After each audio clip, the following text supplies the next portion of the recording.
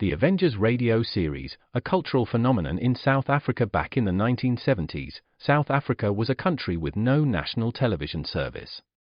It wasn't until 1976 that the country would get its first taste of television broadcasts. But before that, radio was the primary medium of entertainment and information for the masses. This was the context when The Avengers, a British spy-fi series, made its debut on South African radio and became a cultural phenomenon. The Avengers was a British television series that originally aired from 1961 to 1969. The show revolved around the adventures of John Steed, a suave and sophisticated secret agent, and his various female associates. The series was a unique blend of traditional spy thriller elements with science fiction and fantasy, which set it apart from other shows of its time. While the series was hugely popular in the UK and had also made a significant impact in the American markets, being one of the rare British series given a network transmission slot, it was virtually unknown in South Africa. This was primarily due to the lack of a national television service in the country until 1976. However, as a film series, The Avengers was able to gain some exposure in South Africa through film rentals. But it was the launch of the radio series that truly brought The Avengers to the masses in South Africa. Come and listen at www.myclassicradio.net.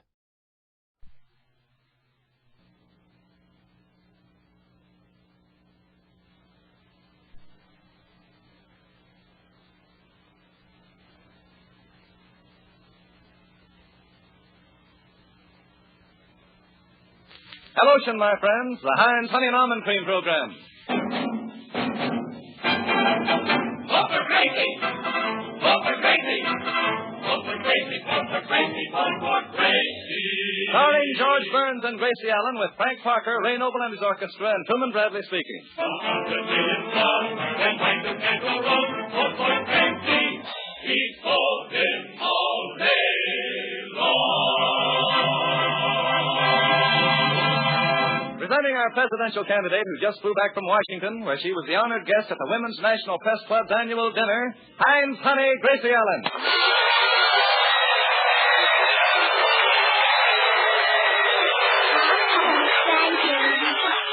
Thank you very much. And now presenting her partner, who just got back from the opening of a meat market, George Burns. Thank you, my friend, and you are my friend. Oh, he is nice, your brother Willie. I know that suit looks familiar. Say, Gracie, we're all dying to know what happened in Washington. Well, it's a long story, so I'll tell it. Good. Now, I met Mrs. Dewey, Mrs. Vandenberg, Mrs. Burton-Wheeler, Mrs. Bennett Champ-Clark, and I met, what's her name now? Oh, I know it so well. She live in Washington? Yeah, in a big White House. Mrs. Roosevelt? Yes. I thought so, Oh, George, you should have been at that dinner. What would I be doing there? Well, all the wives of the other candidates were there. Well, I didn't have what to wear. You mean you had to stay home and watch the children? Quiet. Gracie, you spoke at this banquet in Washington. What happened? Yeah, tell us the details, Gracie. Well, I got on the plane at Burbank. Yes. Oh, and what a plane. The cutest pilot you ever saw in your life. Gracie, the banquet. Oh, I'm coming to that. Oh. He had blue eyes and brown shoes. Nice combination. Yeah, wasn't he? Say, Gracie, it was pretty cloudy that day. How was the visibility? Oh, pretty fair. I was sitting on his lap, but he could see over my shoulder. Gracie, the banquet. I'm coming to that. Say, George, if Gracie is elected, what are you going to do? You think you're kidding, huh? I'm beginning to worry, too. Well, don't worry. You can always write a column, and I can correct the spelling. Oh. Thanks, kid. Oh, and George, what a thrill I got. There we were, flying 10,000 feet over the Grand Canyon, and the pilot let go of the controls and put both arms around me. Did he start falling? Oh, you threatened. I felt him, too. Gracie, did you ever get to Washington? Well, where do you think I made that speech? Speech? Yes. What speech? At the banquet. Well, what did you say? Oh, coming to that. Oh, come to it. And we flew over Texas. Freddie the pilot, you know, he's the pilot. Yes, so I know. Well, he had a little trouble. He stuck his left hand out to make a left-hand turn and got it caught in the propeller. Did he ever stick his right hand out? Yeah, and Mr. Garner shook it for 20 minutes. Well, that's fine. And then, George, why is it that I always get dizzy when I'm up in a plane? Well, Ray, it's the altitude that affects you. Well, then why is it I'm dizzy when I'm not in a plane? Maybe you were born that way. Maybe you're right, old man. I know I was born. Well, that's something. Because I remember the stork made 7 trips with me. 7 trips? Yes, my parents kept rejecting me. They shouldn't have given up so easily, and cheerio. Oh, cheerio. Cheerio. Oh, George, isn't that right, silly? You talk about one thing and he talks about something else. But you're all right, huh? Yes. How about the speech? Well, I didn't make that until I got to Washington. Well, please get to Washington. Coming to that. So the plane was going about 150 miles an hour, and we were flying upside down, and I said to Freddie... Wait a minute. You were flying upside down? Well, it was raining, and I didn't want to get my hat wet. Well, that's fine. A $10 hat and a $90,000 plane. So I said to Freddie, that's the pilot. I know that's the so pilot. I said to him, I said, stop at the World's Fair for a second, and we landed in front of the Hall of Mirrors. You stopped in front of the Hall of Mirrors? Yes, my nose was shining. Oh, nuts. So then we took off again and finally landed in Washington. And you said goodbye to Freddie? Yeah, but by that time we were engaged. Well, did he give you a ring? No, he couldn't afford a ring, so he gave me the plane. Well, wear it in good health. Oh, thank you. You're welcome. And when I got off the plane, there were a lot of photographers there. What happened? Well, I took their pictures. What about the newspapermen? I interviewed them, too. Did they ask you anything? Did they? They kept firing questions a mile a minute. Well, what do they want to know? Whether Myrna Law has really got red hair. And did you tell them that Hetty Lamar has a 20-foot fence around her house? Yeah, and they couldn't get over it. Lots of things I can't get over, too. Say, George, when Gracie goes to Washington and you're off the radio, don't worry. Who's worried? Well, stop finding your nails and I'll tell you. They're not my nails. No. No. They're not even his teeth. No. Quiet. I had opened my mouth. I say, George, when Grace is elected, you'll be the first gentleman of the land. Well, you don't know what that means to me. And, George, as Postmaster General, I'll be glad to give you a job. Thanks. Why, you're practically one of the family. I'll make you a letter carrier. A letter carrier? Yes, brother, when she's present, you'll be left holding the bags. Yeah, I can always get a job. I could do, I could try and, Hey, Frank, what does a letter carrier pay? Oh, $1,800 a year and all the stamps you can eat. Oh, goody, a thing like that, Frank, will stick to a man's ribs? Say, Gracie, you went to Washington and met Mrs. Roosevelt and other important people. We're all dying to hear about it. Oh, I'm coming to that. So after we left the airport, I got into an official car and rode down Pennsylvania Avenue. And I was greeted by a man in a beautiful white uniform. So? So I bought a good humor from him, and You I kept bought a good bowing and humor? smiling. Yes, and I kept bowing and smiling to all the people, and the Republicans kept throwing confetti out of the window. Well, that's nice. And the Democrats kept throwing it back. Well. They wanted to keep the streets clean. Yes. Oh, George, the street cleaner job pays $1,300 a year. Will you go away? Will you go? You know, Gracie, I wish I was with you in Washington last week. Oh, so do I. Must have been thrilling. I'd have given anything to be there. Really? Oh, rather. I love good humor. Gracie, did you ever arrive in Washington? Oh, I certainly did. I finally got to the Willard Hotel where the banquet was being held. And who do you think I met at the door? Who? The Secretary of the Interior. The Secretary of the Interior? Yes, and we had a couple of X-ray pictures taken together. Well, I hope you remember to smile. Here's Truman Bradley, who will show you how to beat a certain skin game. Take it, Truman. Wash day is certainly hard on your hands. Harsh cleansers and hard water and raw winds when you're hanging things on the line certainly do make your skin look red and chapped. So for real comfort, keep a bottle of Heinz Honey and Almond Cream near the laundry tubs. Oh, Truman, you don't have to sell me on Heinz Honey and Almond Cream. Remember, I'm Heinz Honey. Thank you, Gracie. Oh, I use it all the time with my strawberries. Come on, Gracie. Smooth Heinz all over your hands, arms, and wrists before you start and the minute you finish washing. Right away, good creamy Heinz soothes your tender skin. Heinz is really the quick comfort lotion. Extra creamy, extra softening, and it contains 2 vitamins, A and D. Every creamy drop of Heinz helps ease away that rough, sandpapery look, coaxes back a smoother, more comfortable feeling to your hands. You can get Heinz Honey and Almond Cream at any toilet goods counter. The big dollar size is economical for family use, while the 10, 25, or 50-cent size is handy for your laundry shelf.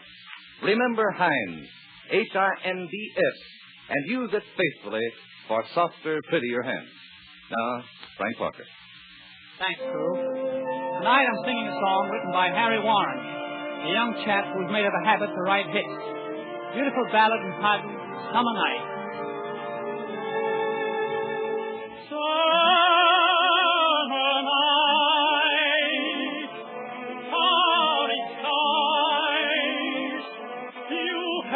see my sweetheart with 1,000 eyes.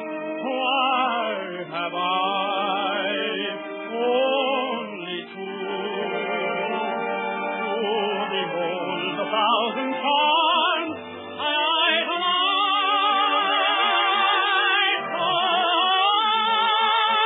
Summer night, you arrive. Who come in her window when the day is through? She tells you all her thoughts in the fading candlelight.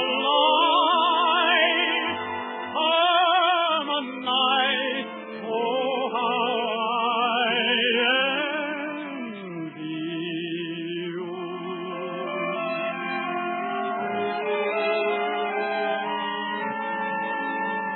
Why am I so jealous of the moon? Jealous of a summer night in June? Why can they remain beside my darling while I must leave so soon? Summer night, you arrive. Who come in her window when the day is through? She tells you all her thoughts in the fading candlelight.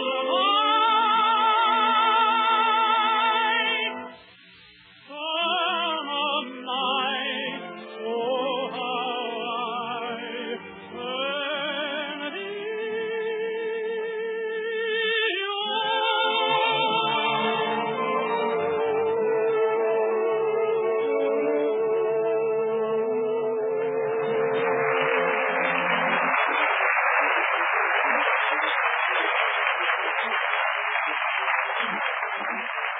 Oh, Frank, that was grand. You're just saying that because you think I'm wonderful. Well, Frank, you are wonderful. Let's go steady. Oh, go away. This is Frank Pocketune. Yes, it's a little dreamboat. You know, he'll be the first Postmaster General with mail pouches under his eyes. Well, never mind this talk. When you got to Washington, did you make a speech, and what did you say? Yes, Gracie, get to the point, will you? Oh, the speech. Yes. Well, I was sitting on the dais in this big banquet hall, and when Mrs. Roosevelt got through speaking... Gracie, did you meet a lot of people? Oh, everybody. And when she Did got... you shake hands with them? Well, certainly.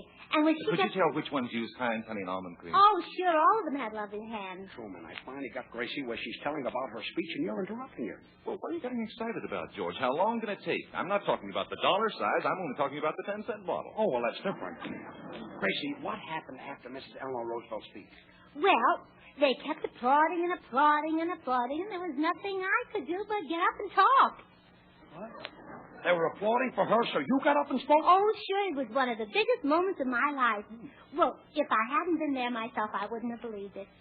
Imagine me in Washington when the most important women in the country were gathered. There they were, hanging on to every word I said, and me trying to hang on to my salad. Oh, what a night. I'll never forget it. Why, it was wonderful. Just picture it. This is exactly what they said. Wasn't Eleanor Roosevelt charming when she made her speech? It was simply wonderful and so down to earth. Look, Gracie Allen getting up to make a speech. Madam Chairman, members of the Women's National Press Club, Mrs. Roosevelt, and other honored guests. I hope you'll pardon me for reading my speech, but you see, I have to. Otherwise, how will I know when I'm through?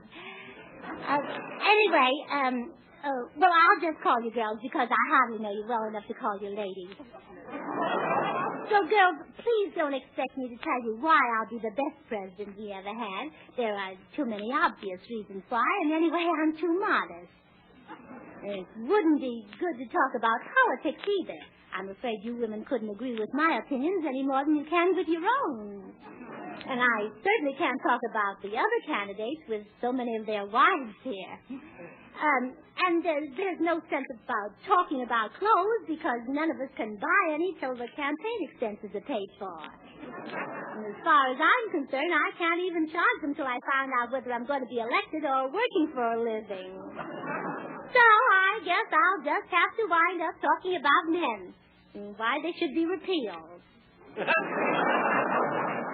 Now, don't think I'm panning the men, but it's time we had a woman president. Millions of people tell me that. Well, maybe not millions, but thousands, or anyway hundreds. At least my sister Bessie told me that. So what's my opinion against millions of people? So, of course, I won't be the first woman president. I'll be the first woman who's president officially. That's all. Now, we've been having unofficial women presidents ever since Martha Washington let George take all the credit. And in those days, there wasn't any Seattle to fly to, so she just ran the candy shop on the side. Where was I? Oh, yes. It's time we girls get together and go places. And why shouldn't we do our backseat driving from the front seat? Why are men the only ones who can get suits with 2 pairs of slacks? Because it's a man's world, that's why. That's absolutely right. Why, just the other day in Hollywood, a Scotchman he was in kilts and he got on a streetcar and an old lady in riding pants got up and gave him a seat. That's what this man's world is doing to us. But on the other hand, women will admit men on a total loss. Why shouldn't we? We're just as broad-minded as men, no matter how stubborn and narrow they are. Why, I'll be the first to give a man credit when he's done something really big, no matter how small it is. Even a man who gets to be president is surprised. His mother knows he'll be president before he's born, but he's never sure of it till he hears from Mr. Hawley. And to show you this is a man's world, just before dinner, Mrs. Burton Wheeler was telling me about her husband. On top of all his campaign worries, his chickens are a big problem. She says Mr. Wheeler's rooster has been lying awake nights trying to figure a way to produce better eggs and more of them. Then in the daytime, the rooster is so tired, the hens have to wake him up to crow about the eggs that they have laid. But our day is coming, we hope. Women in all walks of life know what time it is, even if they're a little late in getting there. And you wives know what's going on, even if you can't prove it. And, it would be wonderful if men and women could play 50-50. But how can they? Half the time, the men think they're right. Now, why can't men and women be as friendly to each other as women are? Take 2 women. There you've got the most beautiful friendship in the world as soon as they find out they both hate the same girlfriend. And that friendship can't be broken till they find out they both like the same boyfriend. Well, I guess it's our own fault. We spoil men. Well, we shouldn't say men are just grown-up boys. It's bad for the men and very discouraging for the boys. On the other hand, how can you resist a man who does sweet, considerate little things for you? Like Mrs. Dewey told me about her husband. Only last month, while she was carrying his armchair over to the window, she dropped her handkerchief and he picked it up for her. Now, you know, it's things like that that make men worth living. So, in conclusion, girls, I can't actually promise that electing me will make men any better, but don't forget this. The most annoying thing about men is that they're so hard to catch. So, girls, with me in the White House, you'll at least know where to look for them. Thank you.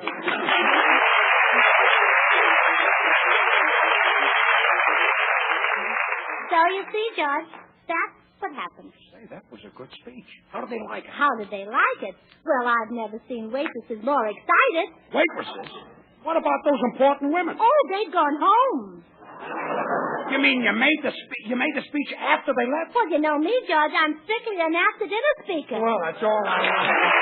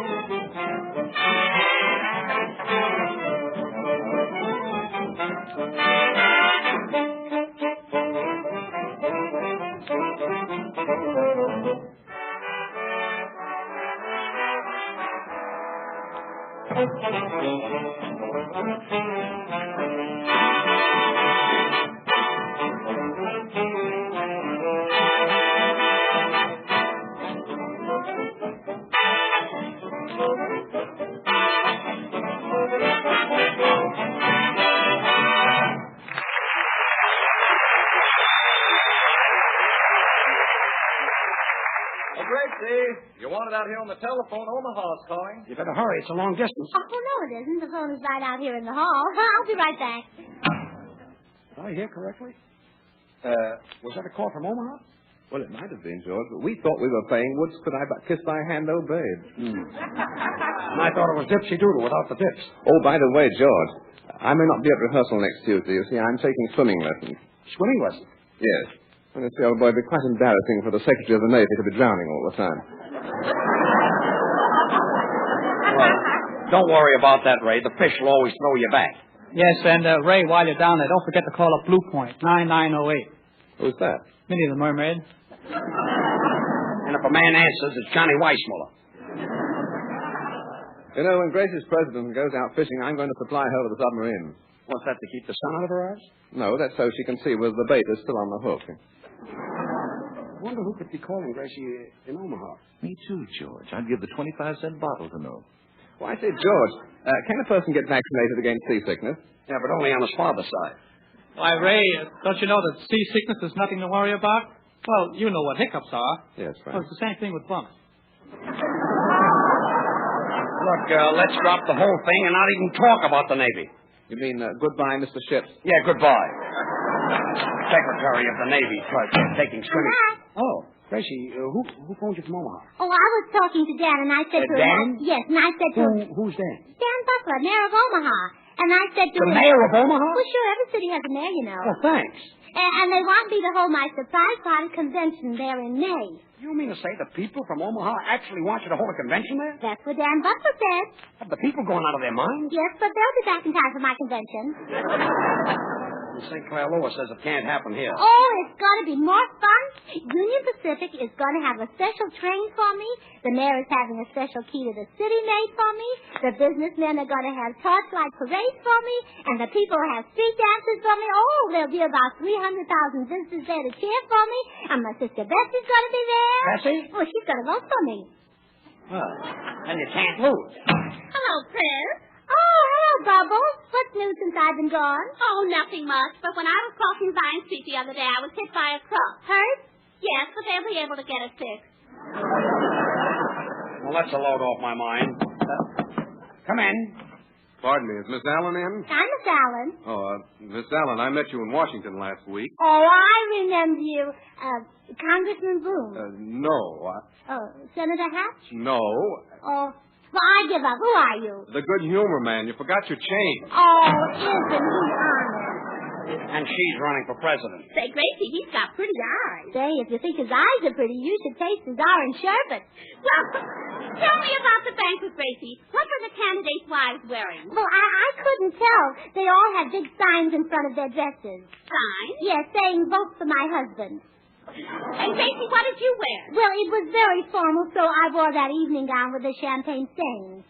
With the champagne stain? Yes. What was it, Mums, 1928? No, Bessie, 1395. That's the beer barrel polka dot dress. Yes. Oh, it must have been a thrill meeting and talking to those famous women at the banquet. Oh, it was. I had the nicest conversation with a congressman's wife, and she was telling me about her children, and I kept asking her to pass the salt. Well, that was a smart piece of conversation. Yeah, well, I had to ask her 6 times. Even those congressmen's wives won't pass anything. Bubbles, I've got a little news for you. Gracie is holding her surprise party convention in Omaha. I love Omaha. I lost 3 pounds there. Is that so? Is it definitely settled, Gracie, that we're going to Omaha? Oh, sure, Ray. Well, then I'd better go home and start shaving. Shaving? The convention isn't for 2 months. Is it going to take you that long to shave? Or maybe longer, George. There's no blade in my razor, you see. Oh. Well, you know that old saying, Ray. You can't get blade out of a turnip. Oh. How do you like that, Frank? Anchor. Anchor? It stinks. It does, Say, Gracie, on that trip to Omaha, do you mind taking my mother-in-law? Well, not at all, Truman. But thanks. My wife and I'd like to be alone for a while. We're not going to Omaha for 2 months, and everybody's getting ready. So is Laura. Who is Laura? My kangaroo. Oh, your kangaroo. The one you're using, the Party emblem. Yes, I thought that's so. right. Don't tell me a kangaroo is going to Omaha with you. Well, she's home right now packing her bag. She is,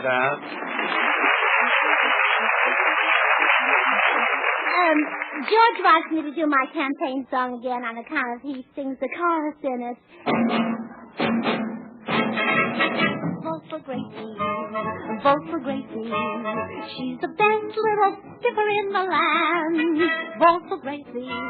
Vote for Gracie. Won't you please give this little girl a hand? That's me. Even big politicians don't know what to do. Gracie doesn't know either, but neither do you. So vote for Gracie to win the presidential race. 100 million strong. That's right, you can't go wrong. Vote for Gracie. Keep voting all day long. Keep voting all day long. Keep voting all day long. Nail up the ballot box. Keep voting all day long.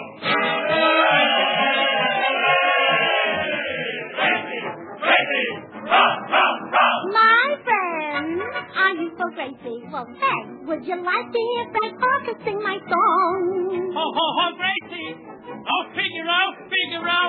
Oh, Gracie. It's awfully high, don't you know? I'm for Gracie. Truly, the boys are very tasty. 100 million gold. That's right, you can't go wrong. Vote for Gracie. Keep voting all day long. All right, George, here's what you've been waiting for. Oh, vote for Gracie, so I can be by myself. Please vote for Gracie, so I'll be happy on the shelf. If she's elected, I'll be neglected. And I can stay home and play solitaire and keep that silly dame out of my hair. Vote for Gracie, vote for Gracie, vote for Gracie, vote for Gracie. Number hands are the softest in the land. Vote for Gracie, vote for Gracie, vote for Gracie, vote for Gracie. Now let's have Truman Bradley take the stand. Why don't you be like Gracie? Be fair to yourself. Keep Heinz, honey, and almonds right there on your shelf. Goodbye to tap hands. Let's get together now and clap hands. And for a thrill and do, we'll tell you what to do. Vote for Gracie, and she'll take hands with you. Vote for Gracie, yes, yes. Vote for Gracie, yes, yes. If the country's going Gracie, so can you. Hey, vote, vote, vote, vote, vote, vote, vote. Uncle Sam, let me paddle your canoe. I'm just like Joan of Arc, I hear destiny call. It's the call to the ballpark to throw out the ball. Well, vote for Gracie, to win the presidential race. 100 million strong, that's right, you can't go wrong. Vote for Gracie. Isn't this thrilling? Keep voting all day long.